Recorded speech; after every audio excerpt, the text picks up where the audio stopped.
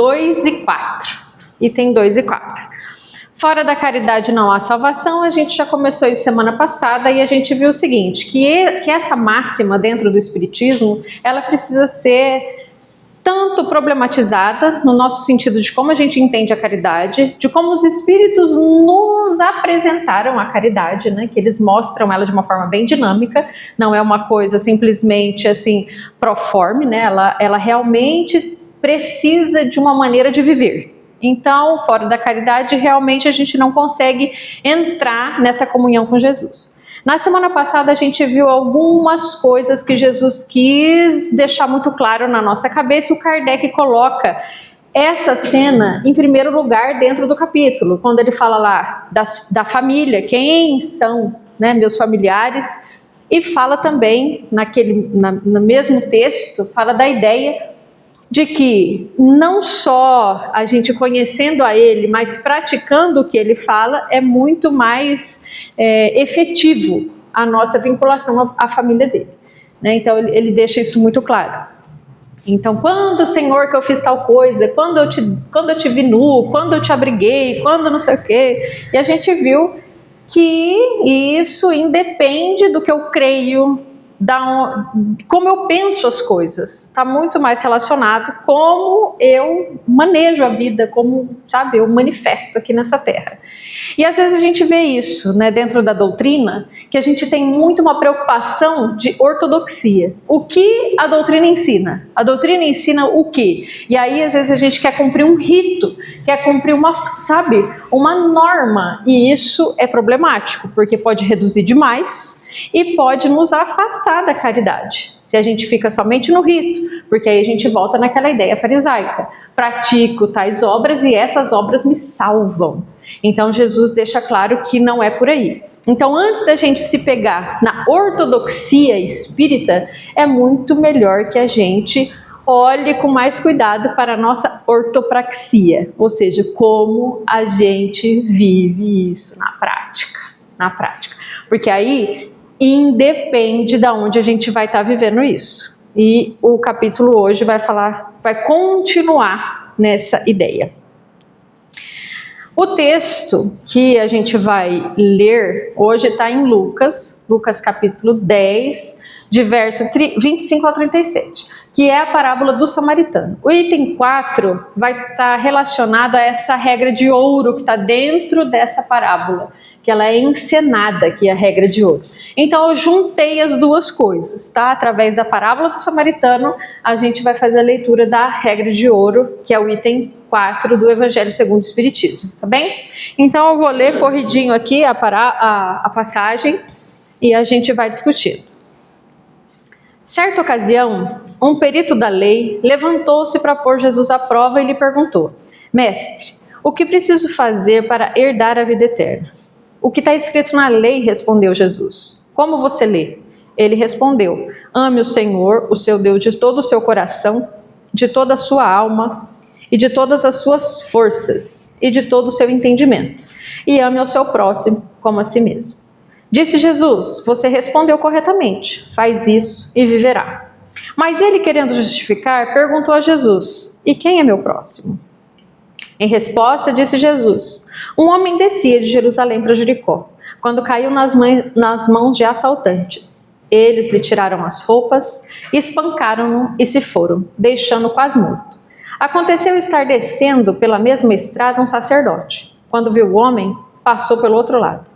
E assim também um levita, quando chegou ao lugar que o viu, passou pelo outro lado. Mas um samaritano, estando de viagem, chegou onde se encontrava o homem e, quando viu, teve piedade dele. Aproximou, enfaixou-lhe as feridas, derramando nelas óleo e vinho. Depois colocou-o sobre o seu próprio animal, levou-o para uma hospedaria e cuidou dele. No dia seguinte, deu 2 denários ao hospedeiro e disse: cuide dele. Quando eu voltar, lhe pagarei todas as despesas que você tiver. Qual desses 3 você acha que foi o próximo do homem que caiu nas mãos dos assaltantes? Aquele... Espera, só um minuto.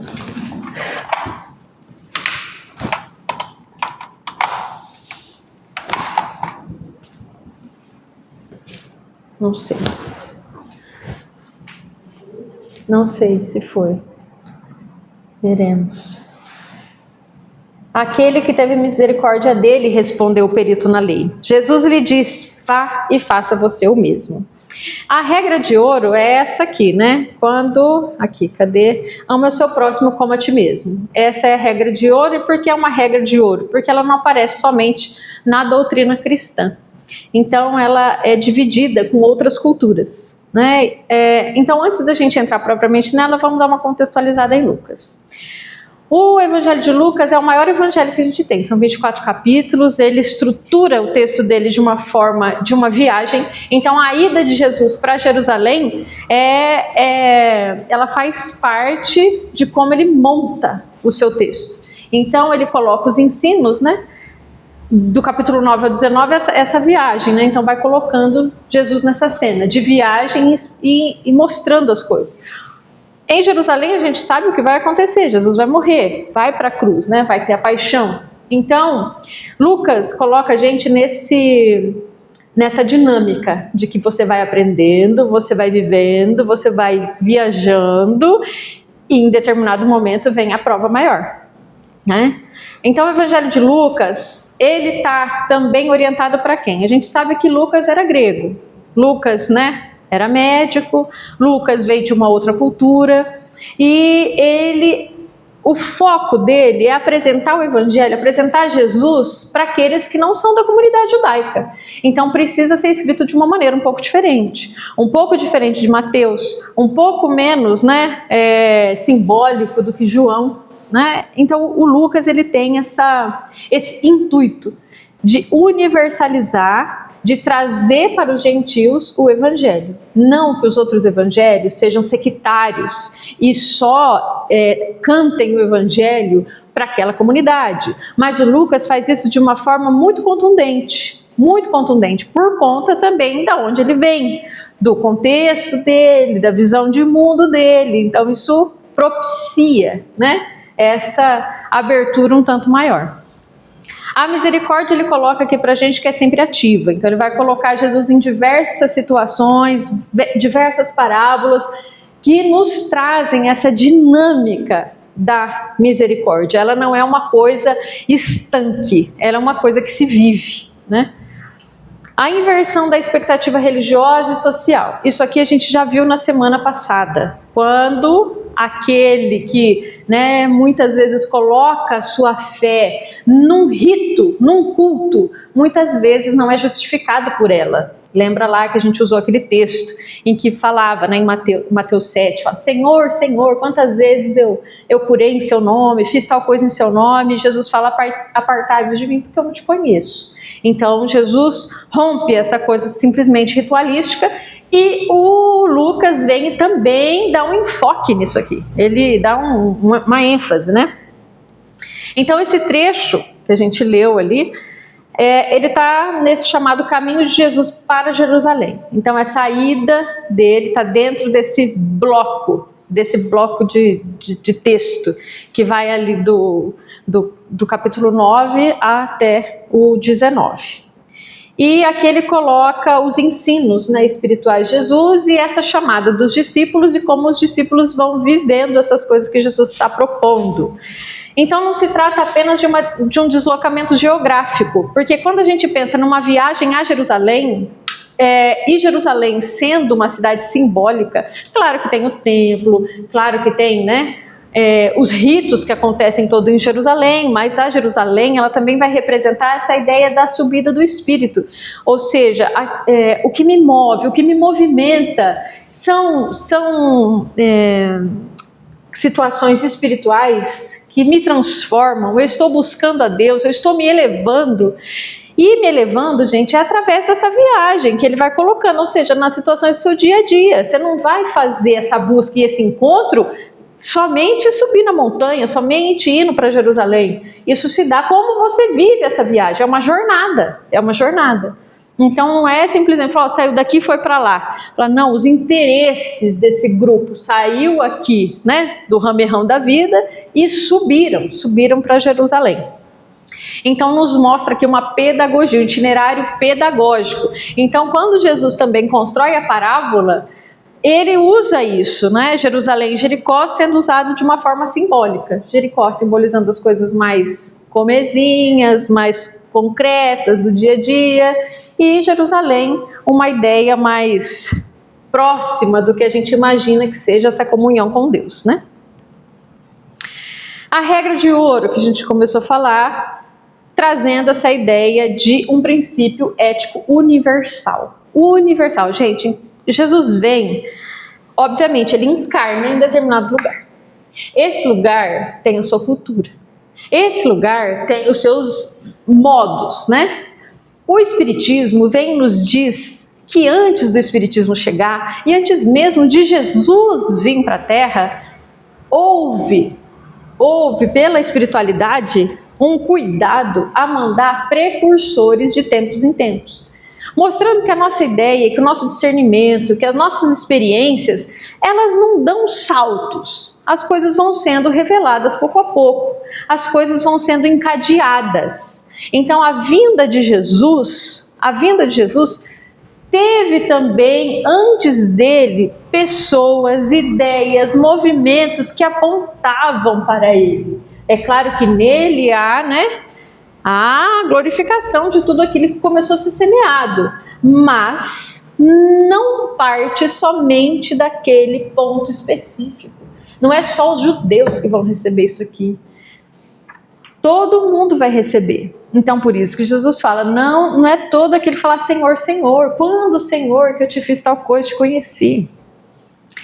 Então, essa regra, de fazer ao outro, ela pode ser lida de duas maneiras, esse princípio universal, de uma forma positiva, ou seja, de você fazer aquilo que você quer que os outros te façam, que é como Jesus vai fazer a leitura, e de uma forma negativa, não faça aquilo que você não gostaria que te fizessem. Quando a gente tem lá nos 10 mandamentos, a gente vai ter essa ideia, dessas negativas, dessas proibitivas, dessas questões que vão colocar o nosso espírito de uma forma mais, colocando regras, determinando certos pontos. No Evangelho, ela aparece explicitamente em Lucas 6,31, mas também em Lucas 10, onde ela é dramatizada, que é esse texto aqui que a gente leu. Jesus não oferece um aforismo, oferece uma situação limite. Aforismo é uma máxima, que contém um conceito ali dentro. Então Jesus não coloca somente ela, faça o outro que você gostaria que fizesse com você. Ele explicita como que isso é feito. Abrindo um pouco, então, para a gente ver essa universalidade dessa regra de ouro, para que a gente também não pense que é somente através do Espiritismo que você consegue ter essa visão, ou somente através do cristianismo que você consegue ter essa visão. Lembra que na semana passada, na fala mesmo de Jesus, ele fala, quando você tiver essas atitudes, é a mim que você está fazendo, mesmo que você não saiba, Então, a gente precisa encontrar essa regra em outros lugares, Então, essa universalidade da regra indica que estamos diante de um patrimônio moral da humanidade e não de um monopólio religioso. Não é de uma vertente. Isso foi entregue para a humanidade. Trouxe aqui alguns pontos, algumas culturas, que a gente pode pensar que isso se mostrou, que isso se deu. Confucionismo na China, então a gente vai ter o Confúcio, gente. O confucionismo não é uma religião, Confúcio foi um pensador, um filósofo, e através dele ele cria, essa ética filosófica, e que a gente vai encontrar a regra de ouro lá nos seus ensinos.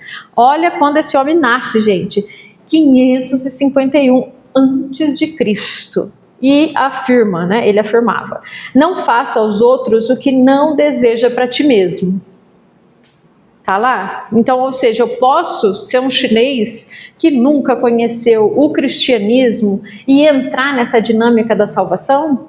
Claramente que sim, Lembra que não há uma abolição de Jesus, porque ele fala, eu não preciso me mostrar, desde que você faça o que o Pai quer, nós somos da mesma família. Nós é que somos assim, sabe, catequéticos, não tem que professar fé, não, eu sou espírita kardecista, e se eu não der o rótulo, eu não sou. Pera lá, não é bem assim que Jesus nos ensina a fazer. É óbvio que a gente aqui dentro de um centro espírita, a nossa fé espírita nos ajuda a entender o mundo, mas ela não é o único caminho. Ela é um caminho que nos apresenta Jesus, que nos facilita. Aqui a ética se baseia na harmonia social e no autocontrole. A regra de ouro funciona como critério de convivência, evitando o dano ao outro. Então aqui é quase um modus, né? Um modus operandi de como a gente vive em sociedade. O que falta muito, né? Às vezes não tem essa percepção de que a gente vive num coletivo, de que a gente precisa se respeitar, de que o meu direito vai até certo limite, que a gente não precisaria, sabe, de certas coisas para que a gente vivesse melhor. Hinduísmo. Gente, no Mahabharata ele começou a ser escrito mais ou menos, datas aproximadas, tá, gente? 300 antes de Cristo e depois continuou sendo escrito, que são compilados, né? Até 300 depois de Cristo, onde se lê: esta é a soma do dever, não faça aos outros o que causaria dor se fosse feito a ti. Ou seja, mais uma cultura que nos apresenta a regra de ouro, que nos mostra esse mesmo caminho no qual a gente encontra Jesus, e vivendo dentro dele a gente consegue essa familiaridade com Jesus, né? O foco aqui está no Dharma, a ordem moral que sustenta o cosmo. O outro é reconhecido como participante da mesma realidade espiritual. Essa ideia de Dharma está muito relacionada com como a gente vive, né? E tudo o que a gente faz é como se gerasse um eco. Esse eco normalmente está relacionado quando eu faço alguma coisa em desacordo com a harmonia geral. Por quê? Porque eu estou no tal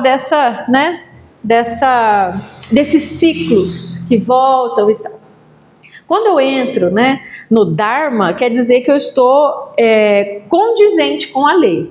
Se eu faço alguma coisa que causa esse ruído que falei, eu entro no Karma, ou seja, eu volto para experimentar aquilo e viver de uma forma diferente. Quando o Espiritismo vem e nos apresenta isso através dos Espíritos, falando dessa caridade que se é vivida, de que é preciso encarná-la e experimentá-la, a ideia que a gente faz da vida comunitária, ela precisa ser ponderada no meu dia a dia. Muitas vezes a gente tem muita dificuldade em perdoar o outro, sabe, em relevar um punhado de coisa. Só que tem uma fala muito maravilhosa que o Guimarães Rosa coloca lá na boca do Riobaldo. Gente, Grande Sertão Veredas, um livro maravilhoso, que fala disso, né, dessa jornada de autoconhecimento, etc. E o Riobaldo fala uma coisa que é muito legal, que ele fala o seguinte: quem muito se evita, convive. Ou seja, se tem alguma dor, se tem algum problema, alguma coisa, sabe, que eu tenho muita dificuldade em transcender, em perdoar, em viver diferente, aquilo vai constantemente me acompanhar pela vida. Então é bom que a gente entre na dinâmica do perdão, para que a gente possa caminhar nessa estrada da regra de ouro. Budismo. Outra cultura, outro povo, outra época. Então a gente tem lá a encarnação do Buda, né? E olha quando esse homem nasce, 563 antes de Cristo. Aí você fala, gente, então Jesus, ele chupou dessas culturas? Ele plagiou? Pera lá. A gente sabe que Jesus proporcionou a vinda desses mensageiros. Que a nossa visão de Jesus é ele realmente governando tudo que acontece aqui na Terra. Então esses que vieram, é claro que vai ecoar o que ele diz, porque eles estão trabalhando em conjunto para Deus, para o reino de Deus ser manifesto aqui na Terra. Só que se você pega da onde a gente partiu da onde? Da fala de um doutor da lei, que Jesus pergunta o que para ele? Fala assim, o que está escrito na lei? Que lei? a lei que eles tinham. Então ele cita 2 textos, né, Deuteronômio e Levítico, que foram escritos quando? 1400 anos antes de Jesus. Então até ali mesmo eles já tinham essa normativa da regra de ouro, antes até do que a gente está vendo aqui dentro do budismo. Então você vê, coisa antiga. Então o Buda vem, né, encarna, a gente conhece bem a história dele, e tem alguns livros, né, que vai juntar sutras, os ditos do Buda, e eu trouxe um, o Dhammapada. Ele foi escrito mais ou menos ali 100 anos antes de Cristo. O que temos? Não fira os outros com aquilo que te causa dor. Aqui o princípio nasce da compreensão do sofrimento universal. Ou seja, todo mundo sofre. Se você fica magoado com uma coisa, o outro também fica. Então olhe para o outro como você olha para si, né? E aqui a compaixão entra com um caminho de libertação. Porque conforme você vai entendendo essas coisas, entendendo a dinâmica da vida, você vai soltando. Lembra aquilo que o Riobaldo falou, né? Quando você evita muitas coisas, você traz essas coisas que são evitadas demais. Então é preciso que a gente vá se libertando, que a gente vá entendendo, que a gente vá ressignificando a nossa vida. Estoicismo, falando, nossa, só religiosos? Não, gente. Também a gente, apesar que o Confúcio não é religioso, né?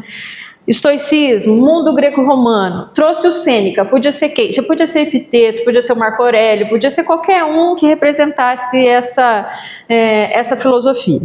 Mas eu trouxe o Sêneca, o que ele traz aqui pra gente. Você vê que ele é contemporâneo, né, de Jesus. Ele nasce ali 4 anos de Cristo e vai morrer 65 depois de Cristo. Uma morte horrorosa. Por quê? Porque ele foi sentenciado à morte, teve que tomar lá também o veneno, teve que se suicidar. Isso eu tinha que estar falando? Não, porque já trabalhou Nero, que ele, né, trabalhou com Nero. Esqueça isso, voltemos. Então, no estoicismo, o que a gente tem? Essa ideia de que a vida, ela é organizada por forças inteligentes. E tem coisas que você consegue controlar, e tem coisas que você não consegue controlar. O estoicismo vai te ensinar da melhor maneira possível a você enfrentar o seu dia a dia, sem resmungar, sem negar nada, sem se justificar, trabalhando com o que você tem da melhor maneira possível. Olha o que eles nos trazem aqui. Considera o outro como a ti mesmo. O fundamento é a razão universal, ou seja, o logos, né? O mantenedor, o que organiza as coisas, que une todos os seres humanos. Então isso nos une, essa inteligência que tudo governa, nos mantém nessa comunidade. Falando, se todo mundo cantou isso, o que torna então essa passagem tão singular? Porque eu acho que é a passagem que a gente mais ouve falar, é a passagem do samaritano. Você escuta muito sobre ela. Então, o que ela tem? Qual o tempero diferente dela que os outros não trouxeram até então? Aqui, quando Jesus narra isso, ele pega esse princípio e não deixa mais somente ideológico. Ele encarna aquilo que era abstrato através de uma cena, né? Então a parábola, ela ajuda isso. A gente sabe que a parábola não é somente uma história, né? Ela convida a gente a uma transformação. Ela tem um desafio quando você escuta uma parábola. Mas você, tirando essa parte e usando a história, ela encarna um conceito abstrato. E é muito bom para a gente ouvir isso, pensar sobre isso dessa forma. Aqui a gente tem também que ele é testado no encontro com o vulnerável. Então não mais o outro de igual para igual. Não fira o outro. Aquilo que te causa dor no outro. Mudou a perspectiva. Agora a perspectiva é do vulnerável. Gente, isso muda pra caramba das outras doutrinas que a gente falou até aqui. A regra era possível ser compreendida assim nessas outras vertentes interpretativas. Porém, aqui, com Jesus, a gente tem um salto. A gente muda, sabe, o foco mesmo, o foco. Porque ela vai exigir um descolamento do eu. Enquanto a outra estava nessa coisa de reciprocidade, na parábola do samaritano, pode não haver a reciprocidade. Porque na narrativa, O samaritano pode não viver aquilo de alguma maneira esperada, entende? Então, veja como que Jesus muda o enfoque. O enfoque agora é o vulnerável, é o caído, é o marginalizado, é o enfraquecido. E ele fala sobre isso, fala, o meu evangelho, eu vim para esses. Então, se a gente está sentindo, sabe, muito doutor da lei, muito sacerdote, muito, é bem provável que a gente tenha deixado Jesus pelo caminho. Olha uma diferença tremenda, da reciprocidade à responsabilidade. Então não é mais não vou te ferir porque isso me dói, vou fazer para você porque eu quero que você faça para mim. Não, às vezes pode acontecer da gente não receber nada na reciprocidade. Você não ganhar, você foi gentil, você socorreu, mas você recebeu ingratidão, você recebeu, enganação, dor. Então veja como muda. Então não vou fazer porque Deus vai me dar e eu vou viver isso. Não, eu vou fazer porque eu estou entrando na dinâmica de que é assim que se opera. E é só essa resposta que eu posso ter, eu não posso ter outra resposta diante da vida.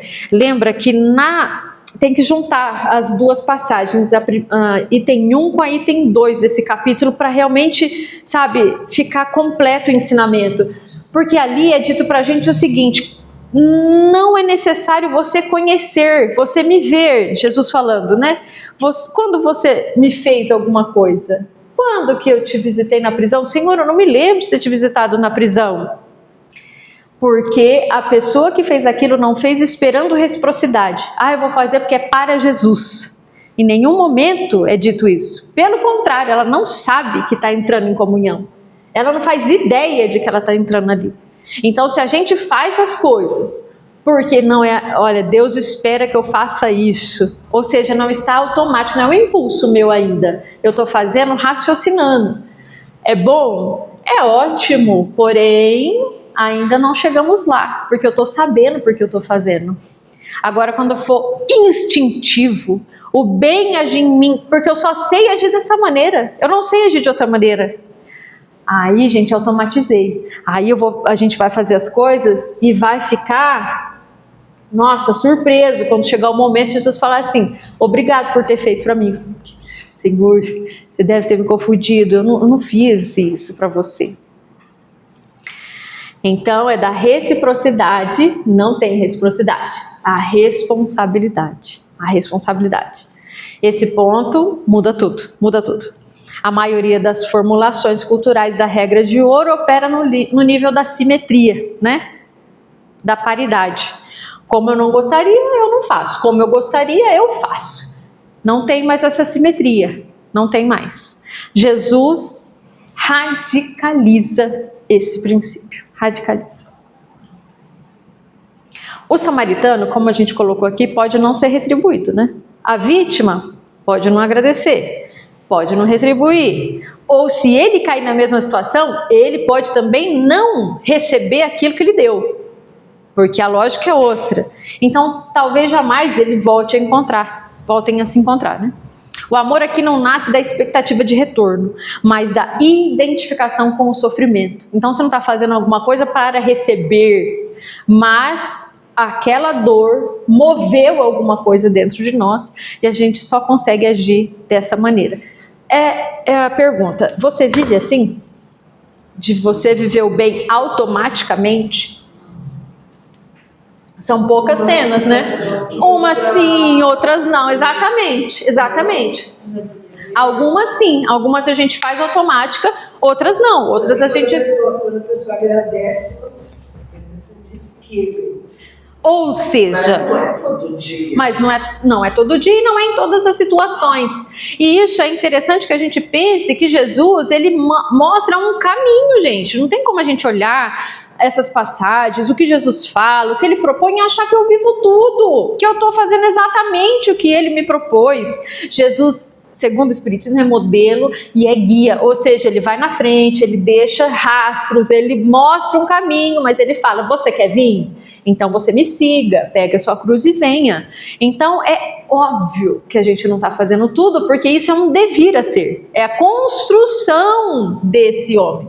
Os espíritos, quando eles vão nos responder no livro dos espíritos, você vê que eles também usam a mesma lógica. A mesma lógica. Quando fala lá, hoje, nas questões que a gente viu hoje, falando das músicas, etc., ele fala, a música de vocês, meu Deus, ela é muito, pra gente, a gente sente outras coisas, vocês faltam sensibilidade para entender determinadas coisas, vocês não conseguem perceber. Por quê? Porque a gente tem outras faculdades que vocês ainda não possuem. Olha, então eles estão nivelando para onde? Para cima. Ele fala, tanto que ele compara uma coisa muito grotesca, né? Ele fala assim, nossa, o canto para vocês comparado com os nossos é tipo, é um animal rugindo, né? É uma coisa muito distante, muito distante. Então você vê que está jogando sempre apontando para onde vai ser, não aonde já chegou. E aí a gente vai, conforme vai entendendo, vai vivendo, a ciência vai avançando, a gente vai percebendo algumas coisas.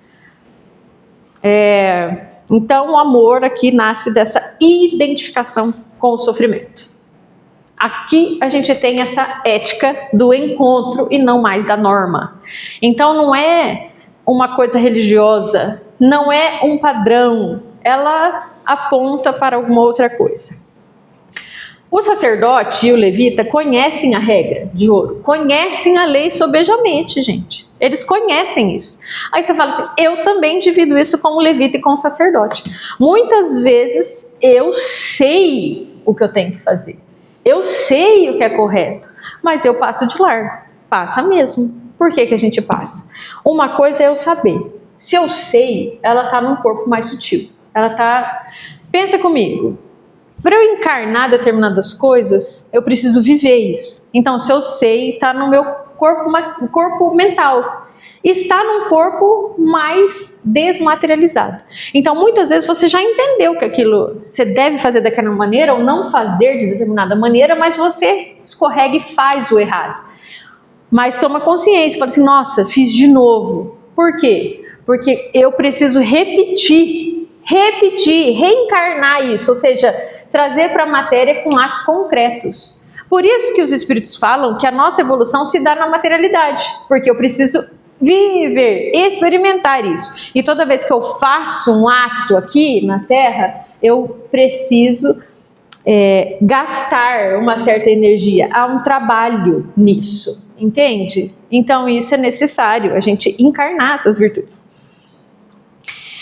Eles permanecem presos à norma, o sacerdote e o levita. E a gente se prende a normas? Muitas vezes. Quer ver se você está numa situação... Então, é que a gente precisa problematizar. Quando que eu estou presa à norma? Se a gente ficar se imaginando igual o levita, o fariseu, que eu não risco lá na lei, não mato, não roubo. Gente, isso já passou faz tempo. Então, a gente precisa ser capaz de olhar agora aonde eu estou preso à norma. Em que situação que as normas param a minha ação dentro do bem. No seu serviço, na sua família, na sua comunidade, como que isso se dá? Assim, pela norma, ela me para. Aqui a gente continua, né? Não se deixam afetar pela situação concreta. Qual que é a situação concreta? A gente tem um caído semi-morto que está lá precisando de ajuda. E aquela situação concreta não é capaz, somente ela, de movimentar a ação do bem daquelas pessoas. Você faz, às vezes a gente faz isso, né? Eu vou ajudar você desde que, eu vou te perdoar desde que você mude, desde que você mereça, desde que... Jesus não põe senão nenhum para o caído. Não interessa, você fala assim, não, mas ele foi muito... Gente, que homem imprevidente, que homem maluco, viajando sozinho, essa estrada é perigosa, todo mundo sabe que é perigosa. Mas Jesus não coloca ali alguma coisa que coloque ele, fala, não, ele pode ser atendido, não pode ser atendido pelo que ele fez. Não, ele é vulnerável, ele não sabia discernir, ele precisa de ajuda. Então a situação concreta precisa nos movimentar ao bem, mais do que a norma. mais do que a norma. O samaritano vê, então, né, sente a compaixão e age, só consegue agir daquela maneira, não conseguiria agir de outra maneira. A ética passa do campo do dever para o da responsabilidade pessoal. Ele chamou para si aquilo lá. Não tem mais ninguém, não tem grupo nenhum, é dito ele, sozinho. Não fala se ele estava em caravana, não fala um samaritano, é só ele. Não esperou o governo, não esperou a mãe, o pai, o marido, a esposa, os filhos. Não, foi com ele. Ele se movimentou. Aqui surge um ponto central, né? Não basta conhecer a lei, é preciso encarná-la. Então, mesmo, volta naquilo que a gente falava, aquilo que eu sei precisa ecoar nas minhas atitudes diárias, para que eu consiga encarná-las. E materializando, aquilo vai cada vez mais ganhando corpo. E aí sim se torna meu. O samaritano, o inesperado portador da misericórdia. Muitas vezes a gente coloca normas para o agir de Deus em nós, né? Então, muitas vezes a gente espera das pessoas. Não, mas eu espero reciprocidade, porque eu ajudei fulano. Não, porque na minha casa eu sou uma boa filha, eu sou uma boa esposa, uma boa mãe. O mínimo que se espera é que viva de acordo com isso. Então, a gente às vezes cataloga as pessoas e coloca ela ali naquele local, naquela caixa. E eu espero que a misericórdia venha dali. Só que olha que coisa mais maravilhosa que Jesus conta aqui pra gente. Ele fala, não faça isso, porque a misericórdia, ela se manifesta a quem tiver aberto a ela. A vida vai te surpreender. Deixe ser surpreendido e não fique esperando, sabe? Colocando peso na vida de ninguém. De ninguém. Gente, ninguém nos deve nada. Nada. Nem os nossos pais. Nem ninguém. Ninguém te deve nada. Fala, não, me deve respeito. Um samaritano. Os samaritanos eram considerados hereges e inimigos religiosos. A escolha de Jesus não é ao acaso, né? É provocativa. Jesus faz do excluído o seu modelo. Se a gente pega essa cena, para nós fica muito distante a gente pensar nisso. Fala assim, a gente nem liga para isso, a gente é brasileiro, gente. Para a gente todo mundo, né? Todo mundo igual. A gente sabe que há distinção, de algumas pessoas fazem distinção. A gente sabe disso, que isso existe aqui. Mas mesmo assim, não vamos deixar nesse sentido, não. Vamos pintar com uma cor bem esdrúxula, bem marcante. Os samaritanos, eles eram de origem judaica. Só que quando a Síria vem e domina aquela cena ali, aquela cultura, parte dos judeus, 10 tribos especificamente, se aculturam a eles. Então eles começam a se vestir diferente, a cultuar diferente, a viver de uma forma diferente. Porque agora esse povo viveu essa junção. Então aquelas tribos que ficaram lá em Jerusalém, né? Tribo de Judá e tribo de Levi, ficam lá. E aí elas veem esse povo como menos, porque eles se misturaram. Então, a gente pode imaginar que um samaritano era reconhecível, olhando para ele. Porque um judeu se vestia de determinada maneira, agora uma outra pessoa se veste, entende? Era possível de perceber. Então, vamos imaginar que esse homem está descendo, né, de Jerusalém para Jericó, e ele está indo para uma cidade, vamos supor ali, que é contra os samaritanos. E ele vai se expor a levar essa pessoa, ele vai se expor a um determinado risco, ele vai se expor. Então, se a gente pensar, vamos pintar de uma cor assim, bem viva. Vamos pensar um excluído. Então, vamos pintar a cena? Pense uma pessoa que faz programa, mas programa na rua, não é book rosa, não.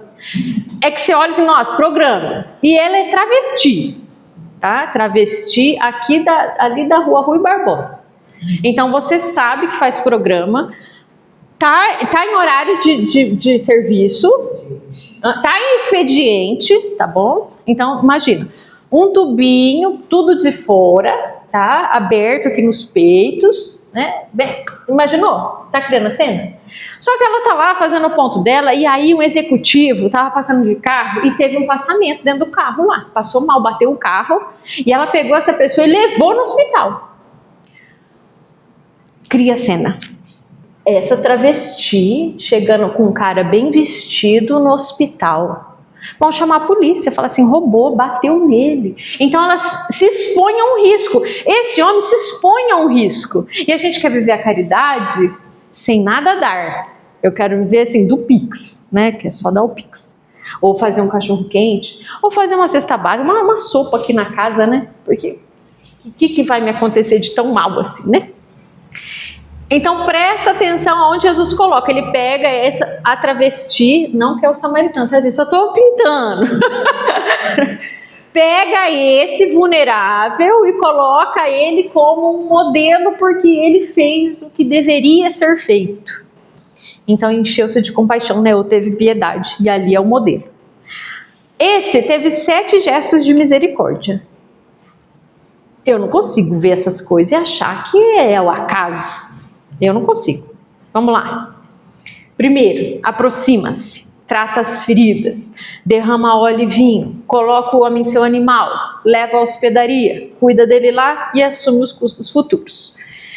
Veja bem, primeiro de tudo, se aproxima. O que aconteceu com o levita e com o sacerdote? Gente, eu nunca vou entender o outro se eu não me aproximar. Se eu não conseguir olhar a vida através do olhar dele. Por quê? Porque é impossível isso se dar. Porque cada um olha, entende a vida pela sua bagagem, pela sua família, pelo que viveu. Não tem jeito de ser diferente. Então eu preciso sair de mim. Lembra lá o que a gente estava falando? Que quando Jesus vem e trabalha a regra de ouro, ele muda a perspectiva.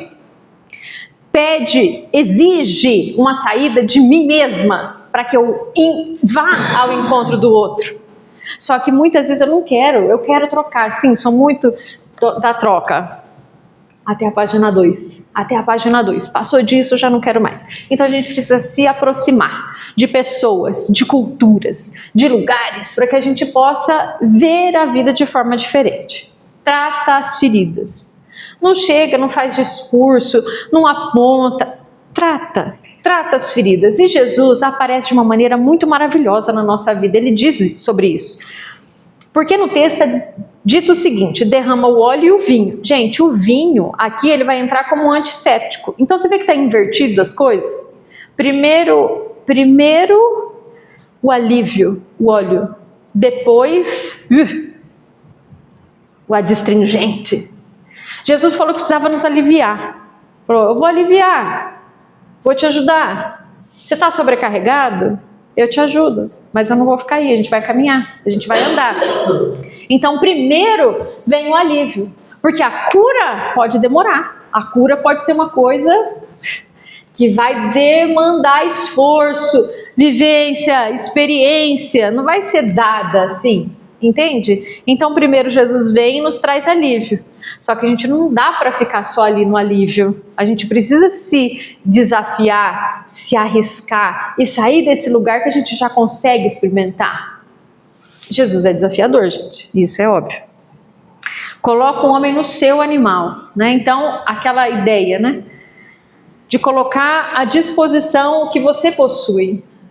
Muitas vezes a gente acha que merece tudo que tem. Eu trabalho, eu sou merecedora de tudo que eu tenho. Gente, tem muita gente que não tem condição. E que também merecia um emprego digno. Merecia. E não tem. Não é possível que você não conheça ninguém no seu rol de convivência. Que a pessoa é esforçada. Que a pessoa tenta. Ela começa a trabalhar. Gente, tudo dá errado. Parece que não vai. Algumas coisas parece que não vai. A família adoece, sabe, o dinheiro parece que escoa assim pelo ralo. Então, não é possível. Então, colocar serviço à disposição, leva à hospedaria. Aqui você lembra ali da situação que a gente criou aqui, hipotética? Se colocando em risco, porque ele poderia ser hostilizado. Lembra de Jesus com a mulher samaritana? Fala, mas por que você está me pedindo água? Se você soubesse quem eu sou, mas é estranho isso, essa aproximação.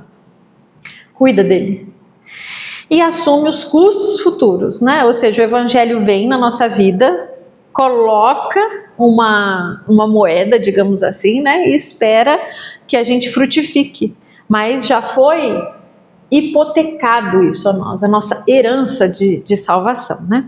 Então trata-se de uma caridade que envolve tempo, riscos e recursos.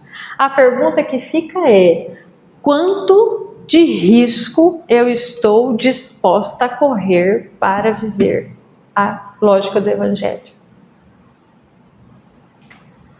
7 aqui, 7 gestos de misericórdia. Gente, várias situações é colocado o 7 ali para nós como um sinal de totalidade, de perfeição. A gente tem lá os 7 dias da criação, não temos? Então o que representa isso? Ó, fazendo isso, faz isso e você viverá. Faz isso e viverá. Você vai encontrar completude se você fizer isso. Pode ser arriscado? Pode. Você pode sofrer? Pode. Mas você vai viver. Temos também lá no Apocalipse, né, um punhado de 7 igrejas, 7 selos, 7 um punhado de coisas. Não temos? Então isso representa isso para nós. Só que a gente não tem só os 7, né? A gente tem 3 pessoinhas envolvidas aqui: o samaritano, o levita e o sacerdote. Quando a gente pensa neles, nesses 3, você pensa esse símbolo também sendo tratado. Aí a gente tem lá os 3 dias de Jonas dentro da baleia. Você tem as 3 tentações do deserto. Você tem as 3 negação de Pedro. O que está nos sugerindo aí? Que é preciso caminhar, que não completou. Ali naquele lugar não dá para ficar. É preciso que caminhe, que progrida para que você possa entrar nessa dinâmica salvadora. Então a gente precisa perceber.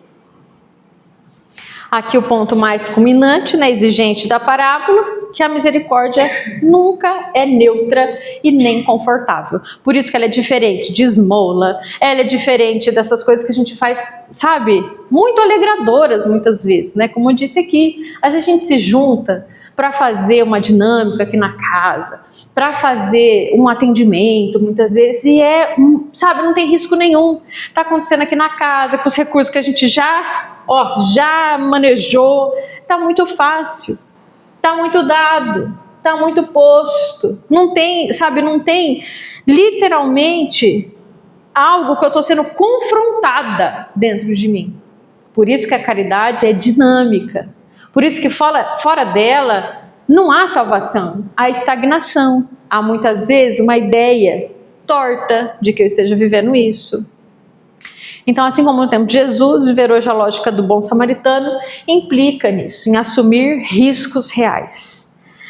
Não apenas físicos, mas também sociais, emocionais, morais e espirituais. Estamos prontos a viver tudo isso? Estamos. Basta a gente se arriscar um pouco mais a viver isso e deixar Jesus agir. Alguma pergunta? Não? Vamos orar.